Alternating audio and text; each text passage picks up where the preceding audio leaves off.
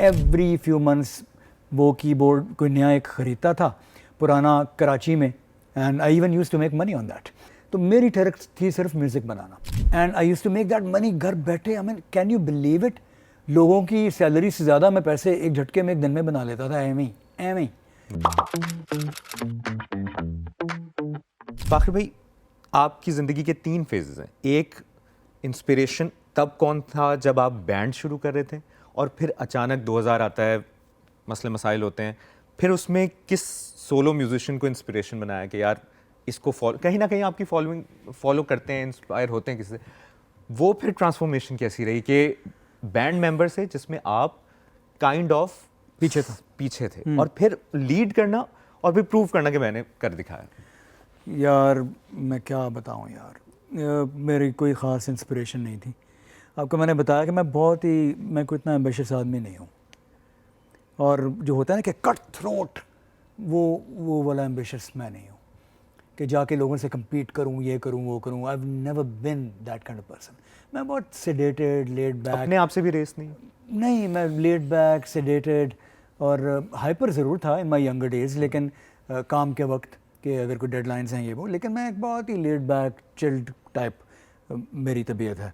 और एम्बिशियस तो मैं बिल्कुल भी नहीं था, कभी भी नहीं था। अल्लाह ने जो भी करम नवाजी की बस वो खुद ब खुद हो गई।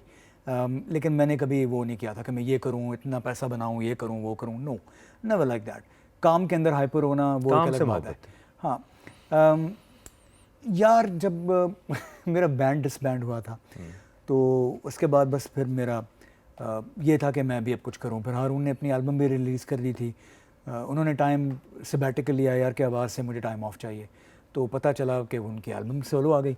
फिर वो बस मैंने भी फ़ौरन जल्दी परसूड़ी पड़ गई मुझे। मैंने फ़ौरन दिल ना लगे रिलीज़ किया, 2-4 दिन बैठा और जल्दी से मैंने गाना निकाल दिया कि यार मैं भी कुछ करूँ। कौन था आपका सपोर्ट सिस्टम? मेरा सपोर्ट सिस्टम कोई भी नहीं था। मेरा support system was my family, that's it. तो वो मैंने जल्दी से किया एक गाना।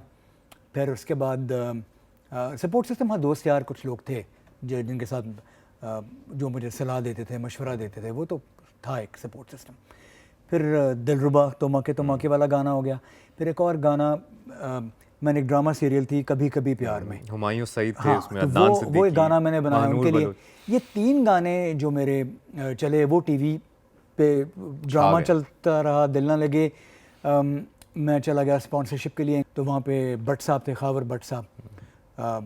अब वो रिटायर हो गए हैं, उनकी फैमिली रन करती है। तो वो उनसे मीटिंग हुई और उन्होंने मुझे स्पॉन्सर कर दिया। तो दिल ना लगे बन गया, कभी कभी प्यार में ड्रामे का था, वहाँ से बन गया।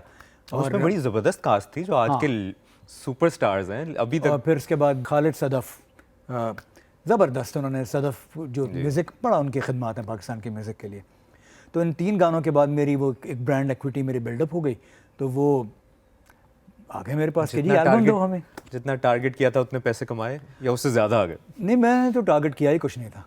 तो वो जो आ गए बस वो आ गए। फिर उसके बाद उन्होंने एल्बम मेरे से ले ली, मैंने उनको एल्बम दे दी, फिर वो ज़बरदस्त हो गया। फिर उसके बाद मैं इंग्लैंड जाके बैठ के एल्बम रिलीज़ से पहले वहाँ पे ओरिएंटल स्टार के अयूब साहब थे, उन्होंने मेरी वो एल्बम उन्होंने भी ले ली, and I release that album. और उसके 1-2 महीने के बाद मैं इंग्लैंड का टूर कर रहा था और ज़बरदस्त, एवरीथिंग वाज ग्रेट। अच्छा, आपकी बातों से लग रहा है कि आपने बड़ा ज़बरदस्त कामनेस के साथ, सिर्फ कामनेस के साथ काम पे तवज्जो दी और काम किया। यार क्योंकि मेरी ठरक जो थी हमेशा से वो थी बचपन से कि मैं सिंथेसाइजर्स लेता था अच्छे। और इस्लामाबाद का पुरसकून माहौल, और मैं कभी यामाहा DX7 ले रहा हूँ, कभी DX21 ले रहा हूँ, कभी मैं जूनो 106 रोलैंड का ले रहा हूँ, कभी कॉर्ग ले रहा हूँ, कभी कुछ ले रहा हूँ। मेरी ये ठरक थी। 2-3 मैंने मैगज़ीन सब्सक्राइब किए हुए थे। एक था कीबोर्ड मैगज़ीन, एक था इलेक्ट्रॉनिक म्यूजिशियन, और एक और पता नहीं कौन सा था, एक था EQ गालिबन।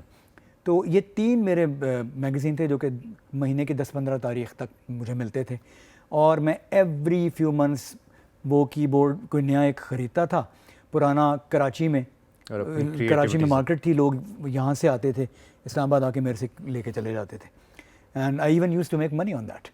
तो मैं वो सिंथेसिस करता था, मैं साउंड्स बनाता था, अटैक, डीके, ये सस्टेन, रेजोनेंस, ADSR, बेसिक जो सिंथेसिस का फॉर्मूला था वो मैं किया करता। तो मेरी ठरक थी साउंड्स क्रिएट करना, फिर धुनें बनाना, कीबोर्ड बजाना। तो मेरी ठहरक थी सिर्फ म्यूज़िक बनाना।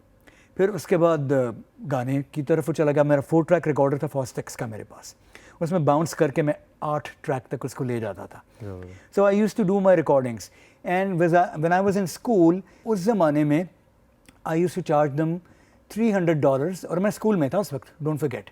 डॉलर का रेट क्या था? 18-20 रुपये, 22-21 रुपये था। $300 के बराबर मैंने जान के डॉलर्स में कन्वर्ट किया है। मैं 6-8 हज़ार रुपये उनसे लेता था। And this is late 80s, okay, late 80s, मैं स्कूल में था। तो मैं उनके लिए जिंगल्स बनाता था and I use to make that money घर बैठे। I mean, can you believe it, लोगों की सैलरी से ज़्यादा मैं पैसे एक झटके में एक दिन में बना लेता था, एम ही। सो ये म्यूज़िक का शौक़ था मुझे, तो फिर मैं वो इन्वेस्ट करता था। Use to buy more and bigger. तो मैं सिर्फ, मेरा शौक़ था म्यूज़िक बनाना, गाने बनाना। आगे अगर वो मकबूल हो गए या चल गया कुछ, तो वो फिर अल्लाह की करम नवाज़ी। अच्छा, म्यूज़िक की एक बड़ी इंटरेस्टिंग चीज़ है, ये मैंने आपको एक क्विक जर्नी दिया है कि कैसे। अच्छा, मेरे घर के सामने F7 में बुक फेयर होती थी, वहाँ से मैंने टीच योर सेल्फ बुक्स खरीदी बहुत सारी। Teach yourself piano, teach yourself how to set up a studio, teach yourself this that the other. And without, there was no YouTube, there was hardly any internet. तो वो books खरीद के तो मैंने खुद ही teach your self, मैंने अपना midi studio अपने घर के ऊपर एक कमरे में F7 1 में मैंने खुद ही वो बना लिया। तो ये खुद ही करना होता था यार।